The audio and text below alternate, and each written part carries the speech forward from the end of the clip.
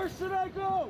Frustration and desperation clear on the faces of campers this morning. Police moved in to enforce a court injunction, evicting people from property owned by the Vancouver Port Authority. And I say, where do I go? They say, just not here. Campers say the Port Authority promised them housing supports would be on site today. The Port Authority was lying to people. They were trying to pacify people. And then the cops just show up at 6 a.m.? Campers scrambled to gather their belongings. It was chaos, like people running around. All in an effort to move across the downtown east side to Strathcona Park. So I just started helping packing up. That's all I could do.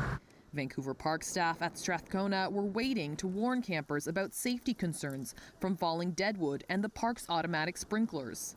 But some are disappointed in the lack of dialogue from other levels of government. For the first time, one level of government is coming and talking about how to keep people safe. So how is it that Mayor Stewart and John Horgan and Justin Trudeau and the Port of Canada and Canada aren't at the same level? Earlier this year, the province did find housing for 261 people living at Vancouver's Oppenheimer Park tent city. But some chose not to take it, continuing to live on the streets instead. We're now looking and we're acquiring permanent locations so none of those people will go back to the street in the future. And that work is ongoing. We're investing in that very much. We need the federal government to come to the table and invest. But Brett feels the housing options given just aren't good enough. There needs to be low barrier SROs. There needs to be no barrier SROs that are just affordable housing for students and employed people. And then we need sober places with a bit more support.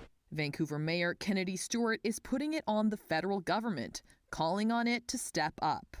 If Ottawa came to the table, he says, we would be able to drastically increase the amount of housing we're able to provide. The city is ready with land. The province is ready with funding and services. Until then, it's not clear whether campers now settled at Strathcona will be forced to move from there too.